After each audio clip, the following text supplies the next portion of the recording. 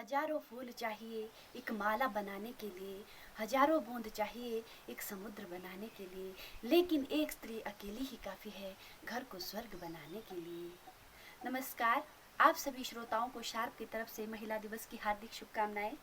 आज अंतर्राष्ट्रीय महिला दिवस है और इस खास मौके को आज दुनिया भर में महिलाओं के प्रति प्यार, प्रशंसा, सम्मान व उनकी उपलब्धियों को प्रकट करते हुए पूरे विश्व में मनाया जा रहा है।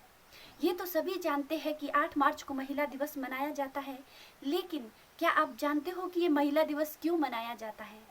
आखिर ऐसी क्या वजह रही होगी कि महिलाओं को सम्मान देने के लिए किसी विशेष दिवस को मनाने की आवश्यकता पड़ी? क्या सचमुच महिलाओं को सम्मान देने के लिए ये दिवस मनाया जाता है, या फिर वास्तविकता कुछ और ही है?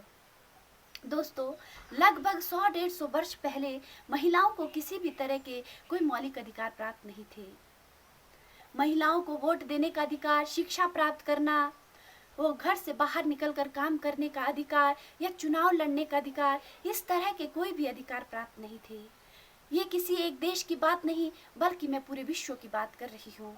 उस समय सभी देशों में महिलाओं की स्थिति एक जैसी ही थी। महिलाओं के साथ पशुओं सा व्यवहार किया जाता था और महिलाओं के साथ घरेलू हिंसा, यौन शोषण जैसे अपराध बहुत अधिक किए जाते थे। महिलाओं को घर की चार दीवारी के ही अंदर रखा जाता था।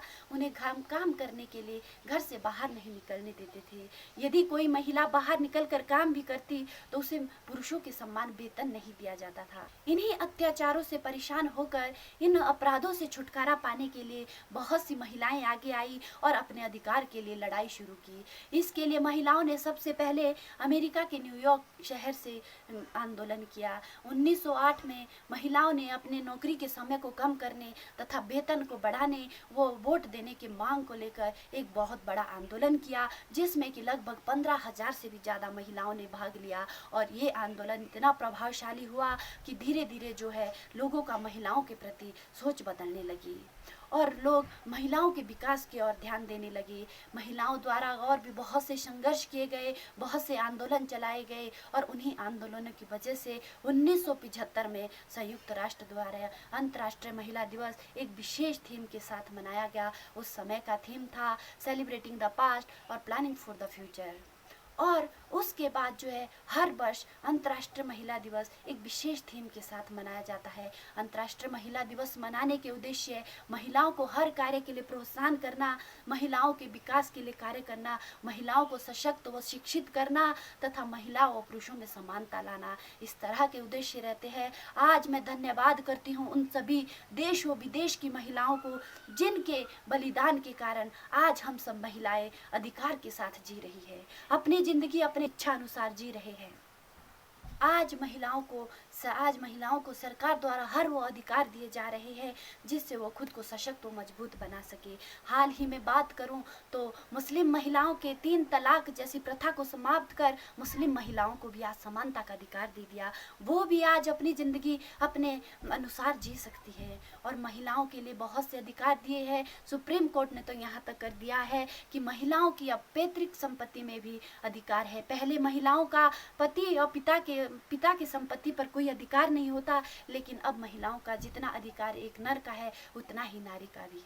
आज हर एक क्षेत्र की बात करो, बात शिक्षा की हो या खेल की हो या समाज सेवा की या फिर राजनीतिक क्षेत्र में, हर एक क्षेत्र में देश की बेटियां जो है विश्व में अपना परचम लहरा रही है। यदि मैं बात करूं देश की बेटी टेसी थॉमस की, जिन्होंने 5,000 किलोमीटर की क्षमता रखने वाला अग्नि 5 का सफल परीक्षण करके विश्व के मानचित्र पर देश का नाम रोशन किया, या फिर बात करूं मैं डॉक्टर किरण बेदी की, जिन्होंने विभिन्न पदों पर रहकर अपने कार्य कुशलता का परिचय दिया, या फिर बात करूं उस मैरी कॉम की जिसने 5 बार मुक्केबाजी में विश्व विजेता का खिताब जीतकर अपना ही नहीं अपने देश का नाम भी रोशन किया, या बात करूं मदर टेरेसा की, जिन्होंने अपना पूरे जीवन में जो है मानवता की सेवा की। बहुत सी महिलाएं ऐसी भी है जो राजनीतिक क्षेत्र में भी अपना योगदान दे रही है, जैसे प्रतिभा सिंह पाटिल, सुषमा स्वराज, निर्मला सीतारमण जी, इंदिरा गांधी और बहुत सी महिलाएं ऐसी है, अनगिनत नाम ऐसे हैं जैसे सानिया नेहवाल,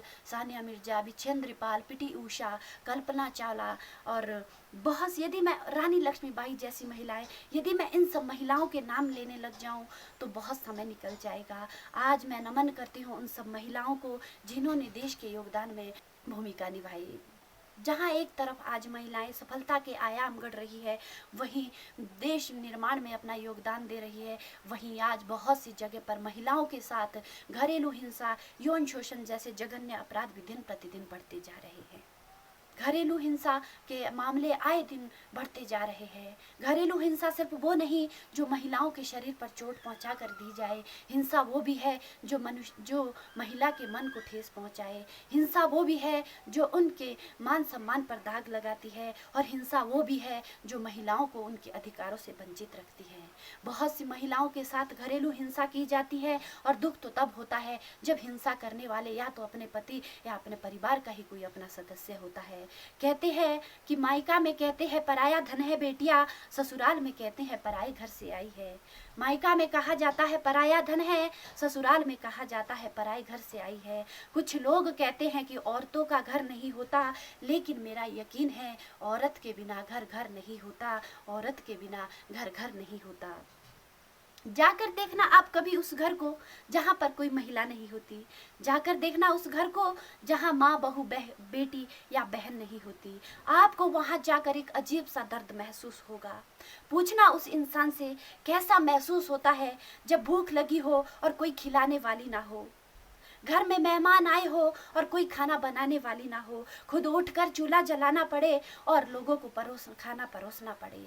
एक बार जाकर उस इंसान का दर्द महसूस करना। जिस समय उस इंसान का दर्द महसूस कर पाओगे, हकीकत में उस समय आपको महिला या एक औरत की अहमियत समझ में आएगी।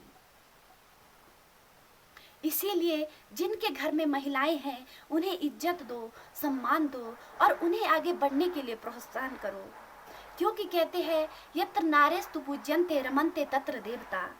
जहाँ नारियों की पूजा की जाती है वहाँ देवता निवास करते हैं। और नारियों की पूजा से मतलब धूप बत्ती लेकर उनकी पूजा करना नहीं, अपितु उन्हें स्नेह, वो प्यार, वो उनकी भावनाओं को समझना है। और एक महिलाओं के लिए इससे बड़ी कोई पूजा नहीं हो सकती। कहते हैं कि समुद्र चाहे कितना भी गहरा हो, उसकी शुरुआत हमेशा किनारे से होती है और उसका अंत भी किनारे पर ही होता है। वैसे ही ये संसार चाहे जितना भी बड़ा हो, इसकी शुरुआत हमेशा एक नारी से होती है। इस संसार की जननी नारी है और नारी से ही संसार चलता है और नारी पर ही समाप्त होता है। इसीलिए तो कहते हैं अपमान मत करो नारियों का, इनके बल पर जग चलता है। अपमान मत करो नारियों का, इनके बल पर जग चलता है। पुरुष जन्म लेकर इन्हीं की गोद में पलता है।